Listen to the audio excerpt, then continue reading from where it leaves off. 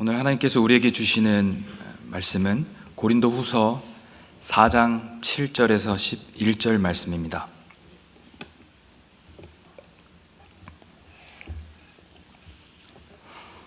고린도후서 4장 7절에서 11절 말씀입니다.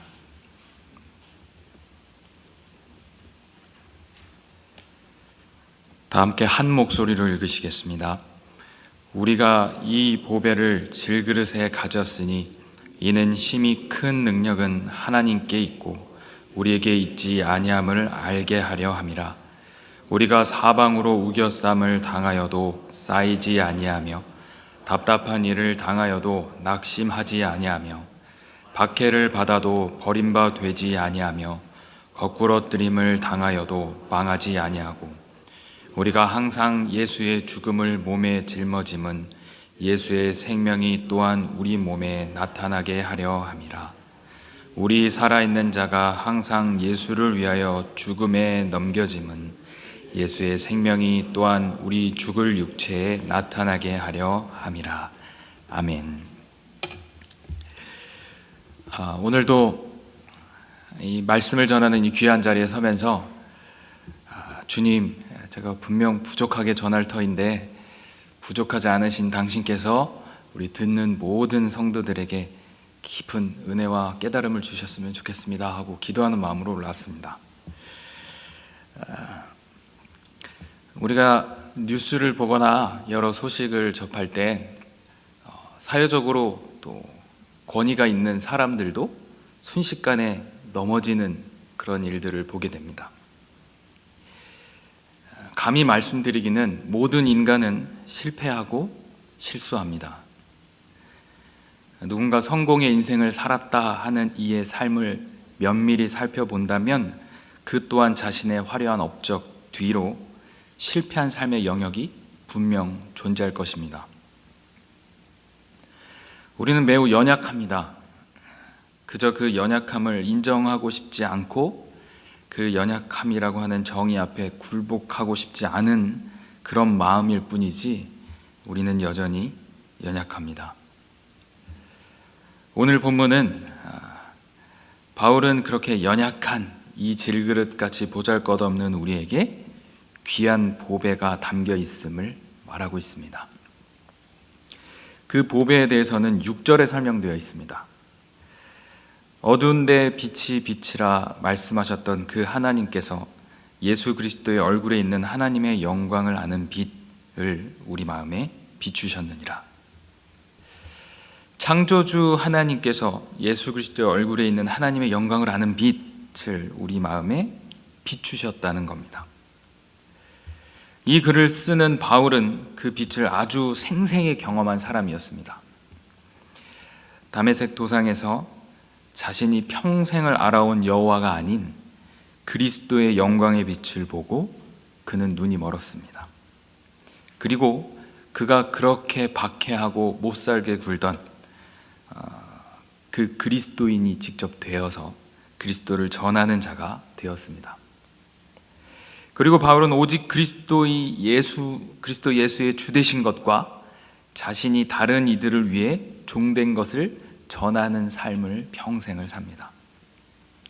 이것이 7절의 보배에 대한 개념입니다. 이렇게 귀한 예수 그리스도의 얼굴에 있는 하나님의 영광을 아는 빛, 이 빛이 왜 천하디 천한 이 특별하지 않은 질그릇에 담겨 있냐 하는 이 질문은 성경의 질그릇에 대한 비유가 여러 번 등장합니다. 그러나 등장할 때마다 늘 한결같이 질그릇은 그저 깨지기 쉬운 그리고 견고하지 않은 형편없는 질그릇으로 표현되고 있습니다. 바울은 고린도후서 1장에서 자신이 복음을 전하는 중에 힘에 지나도록 심한 고생을 받았다라는 표현을 합니다. 그렇게 힘에 부친 심하게 고생하는 우리, 그런 우리를 넘어서 그 연약함을 넘어서시는 하나님의 능력을 표현하고자 이렇게 질그릇과 보배, 이 상반되는 이 두 단어들로 표현하고 있는 것입니다. 이런 표현 방법을 통해서 하나님의 능력이 더욱더 영광스럽게 되며 더욱더 선명하고 극명하게 보여지게 됩니다. 유약하고 유한하고 쉽게 변하고 금방 깨지고 그런 무력한 상태인 우리에게 심히 큰 능력을 가지신 분만, 그 분만이 우리를 끌어올려 주실 수 있습니다. 질그릇 그 자체에는 전혀 아무런 능력이 없습니다. 그 질그릇 안에 담긴 그 보배, 하나님에게만 그 능력이 있음을 우리는 알 수 있습니다. 그렇다면 이 비유에서 인간은 빵, 하나님은 100점 이래가지고 하나님 대 인간의 대결 구도에서 하나님이 승리하셨다, 그런 구도의 그림이 전혀 아니라 철저하게 하나님의 능력에 대한 높임이고 주님께서 비추시는 빛이시며 그것이 우리에게는 은혜일 수밖에 없음을 표현하고 있습니다. 오늘 본문에서 바울은 다양한 표현을 통해서 자신이 얼마나 연약한 상태에서 그분의 능력을 베풀어 주셨는지, 그분의 능력이 베풀어졌는지에 대해서 표현하고 있습니다. 고린도후서 4장 8절, 우리가 사방으로 우겨쌈을 당하여도 쌓이지 아니하며 답답한 일을 당하여도 낙심하지 아니하며. 사방으로 우겨쌈을 당한다는 표현은 포도즙을 짜기 위해 누르다라는 그런 의미입니다. 여러분 많이 보셨겠지만 폐차장에서 차를 이렇게 마구마구 눌러서 이렇게 고철덩어리로 만드는 장면들을 보신 적이 있을 겁니다. 이런 압박이 그냥 위에서 아래로 정도가 아니라 사방에서 밀려온다는 의미입니다. 이런 빠져나올 수 없는 이런 공경의 우겨쌈 중에서도, 이런 답답함 중에서도 결코 우겨쌈을 당하지만 낙심하는 일이 없다는 것입니다. 그 이유는 우리가 우리의 연약함에도 불구하고 우리는 하나님의 영광을 아는 빛을 지녔기 때문입니다. 아무것도 할 수 없을 것 같은, 답답하고 낙심될 것 같은, 꼼짝달싹 하지 못하는 그런 상황 속에서도 심히 큰 능력의 하나님께서 우리를 그 가운데에서 보호하고 계십니다. 모든 가망이 없는 것처럼 보일 때에도 우리는 전혀 멸망하지 않습니다. 우리는 바로 이때, 이런 고난 속에서 우리는 진정으로 하나님의 놀라운 역사를 체험하게 됩니다. 우리의 약함이 고백되어질 때 그분의 크심이, 그분의 강하심이 드러나는 법입니다. 이 우겨쌈은 우리로 하여금 그분을 만나는 귀중한 기회로 사용됩니다. 그리고 또한 9절은 박해를 받아도 버림받지 아니하며 거꾸러뜨림을 당하여도 망하지 아니하고 합니다. 박해를 받는다라는 이 단어는 헬라어로 디오코라는 단어입니다. 그래서 제가 학교를 다닐 때 이 단어를 어떻게 외웠냐면 뒤에서 콕콕 찌르다, 이래서 그래서 그렇게 외웠었는데요. 이 단어의 뜻처럼 뒤에서 쫓다, 사냥하다라는 의미입니다. 바울은 지금 사냥감이 되어 누군가에게 쫓기는 처지를 이야기합니다. 그러나 박해를 받기는 하는데 그런 박해 가운데 버림받지 않습니다. 그저 쫓기는 것으로 끝나는 것이 아니라 거꾸러뜨림을 당하여도 망하지 않는다 이야기합니다. 이 거꾸러뜨림에 대해서는 바울은 사도행전 14장 19절에 유대인들이 안디옥과 이고니온에서 와서 무리를 충동하니 그들이 돌로 바울을 쳐서 죽은 줄로 알고 시외로 끌어내치니라. 안디옥과 이고니온으로부터 루스드라까지 수십 킬로의 먼 곳까지 아주 지겹도록 쫓아다니면서 바울 일행들을 괴롭힌 그들에게 순식간에 공격을 당했습니다. 돌에 맞아 죽은 줄로 알았다라는 이 표현은 거의 죽을 만큼 맞았다라는 겁니다. 그리고는 가져다가 버립니다. 그들은 그렇게 바울을 가져다가 버렸는지는 몰라도 바울은 그런 박해 앞에서 하나님께 영광이 되었음을 확신하고 있었을 겁니다. 그렇게 돌에 맞아 죽어가는 상황에서도 하나님이 나를 버리시지 않음에 기뻐하고 있었을 겁니다. 아마 바울이 이 상황에서 생을 마감하였다 하더라도 기쁨 가운데 주님 앞에 올려졌을 것을 확신합니다.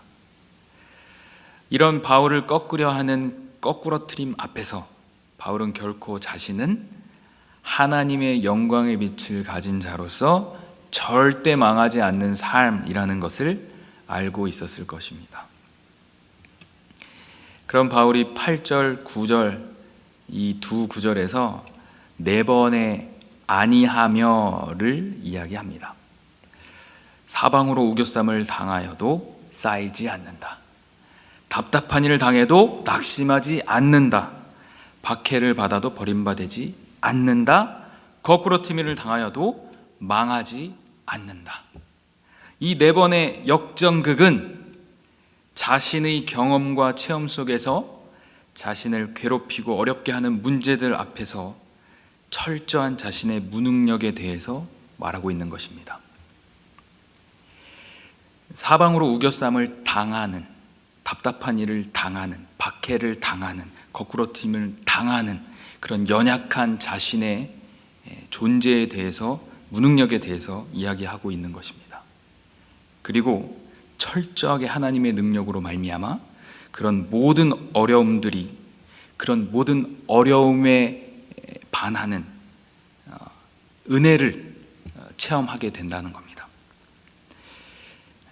여러분 모두에게 큰 능력의 하나님으로 말미암아 사방으로 우겨쌈을 당해도, 답답한 일을 당해도, 박해를 당해도, 거꾸로뜨림을 당해도 아니하며의 삶, 망하지 않는 삶, 그런 삶들을 살아가시는 저와 여러분이 되시기를 축복합니다.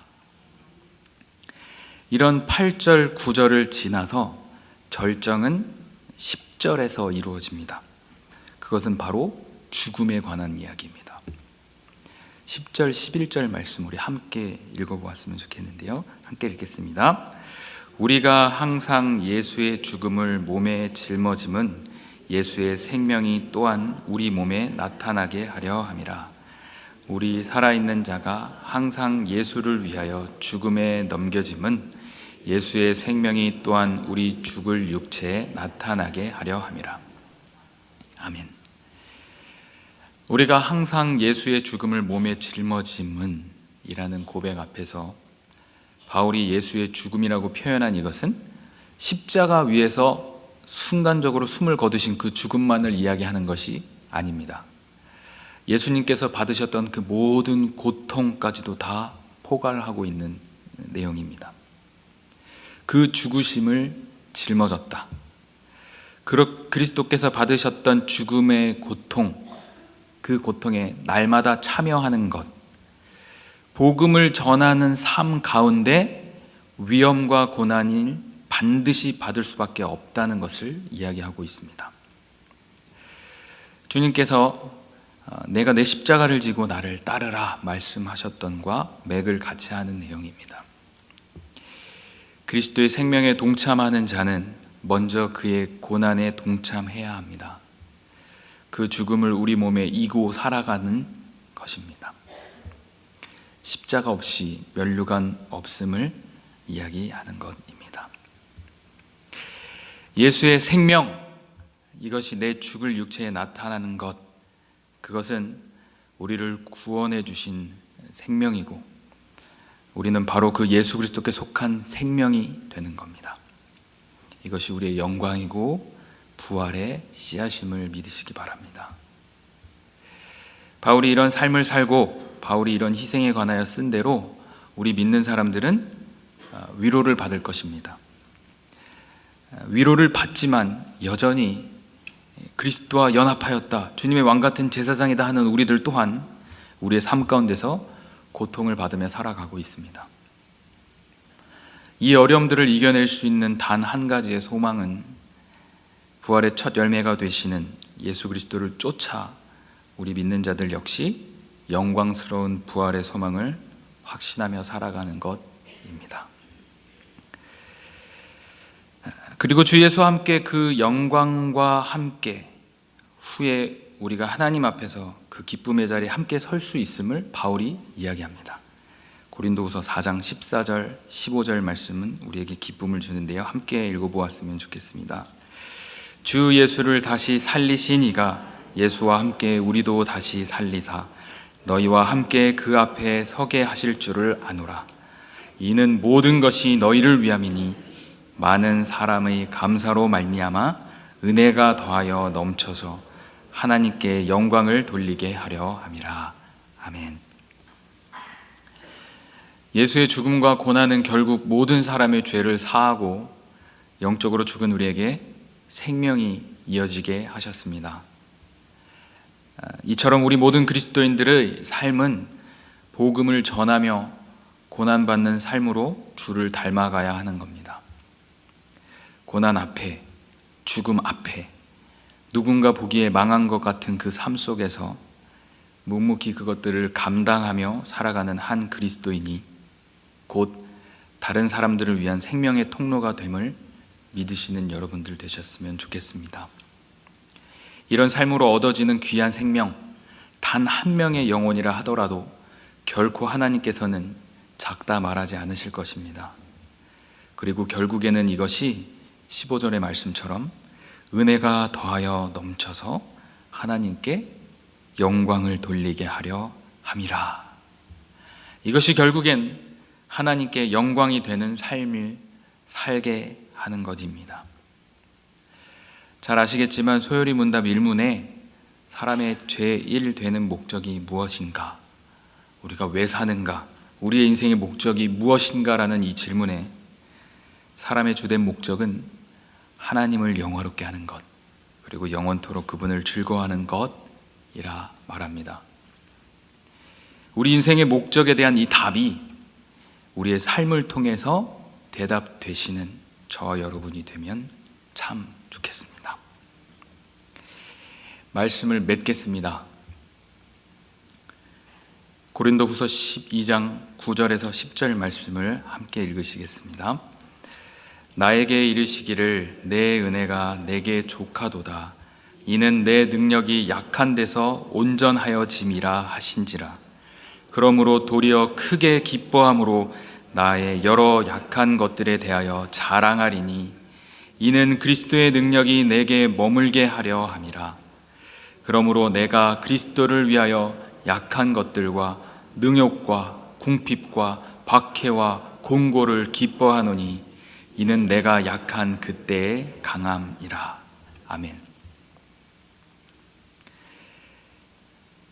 그리스도를 위하여 약한 것들과 능욕과 궁핍과 박해와 곤고를 기뻐하노라 라는 이 담대한 고백 앞에 그런 여러 가지 어렵고 약한 것들 가운데에서 우리가 더 강해질 수 있습니다. 그것은 우리가 그리스도라는 보배를 가졌기 때문입니다. 바울이 무수히 많은 죽음과 위협 앞에서도 그리스도를 전하고 합당한 일을 함에도 불구하고 옥에 갇히고 착고에 채여도 그 순간순간마다 하나님께 영광을 돌리고 찬송을 드렸던 것처럼 자신의 약한 그 순간에 하나님의 강하심을 찬양하였던 것처럼 우리의 삶의 약한 모든 순간에 강하신 그분을 경험하시는 모두가 되시기를 주님의 이름으로 축복합니다. 시편 37편 23절 24절 말씀 제가 읽어드리겠습니다. 여호와께서 사람의 걸음을 정하시고 그의 길을 기뻐하시나니 그는 넘어지나 아주 엎드러지지 아니함은 여호와께서 그의 손으로 붙드심이로라. 아멘. 우리는 늘 연약하고 그래야 해서 늘 넘어집니다. 우리 안에 죄를 미워하지만 여전히 그 죄에 놀아나는 그 연약함 때문에 늘 넘어질 수밖에 없습니다. 우리의 넘어짐을 인정하십시오. 우리의 약함을 드러내십시오. 그래야 해서 하나님께서 더 드러나도록, 하나님께서 더욱 일하시도록, 우리가 넘어지기는 하나 완전히 엎드려지지 않음은 여호와께서 그의 손으로 우리를 붙들고 계심이라. 이 진리의 말씀을 붙들고 살아가시는 여러분 되셨으면 좋겠습니다. 그래하여서 여러분 한 사람 한 사람을 그렇게 붙들고 계시는 주님을 깊이 만나시는 여러분 다 되셨으면 좋겠습니다. 누군가 넌 망했다, 넌 실패하였다, 넌 바보 같다라고 비웃고 손가락질 할지는 몰라도 우리는 근본적으로 절대로 망하지 않습니다. 아니, 망하지 못합니다. 왜냐하면 주님께서 그 강하신 팔로 우리를 붙들고 계시기 때문입니다. 그것이 우리의 정체성이고 그것이 우리의 명예이고 그것이 우리에게 주신 선물임을 기억하시어서 부디 예수의 죽음을 짊어지고 동시에 예수의 생명을 짊어지며 더 많은 사람들에게 우리의 약함을 통해 주어지는 복음의 생명을 전하시고 그리하여서 하나님께 영광을 올리시는 저와 여러분들이 다 되시기를 주의 이름으로 축복하고 또한 축복합니다. 함께 기도하시겠습니다.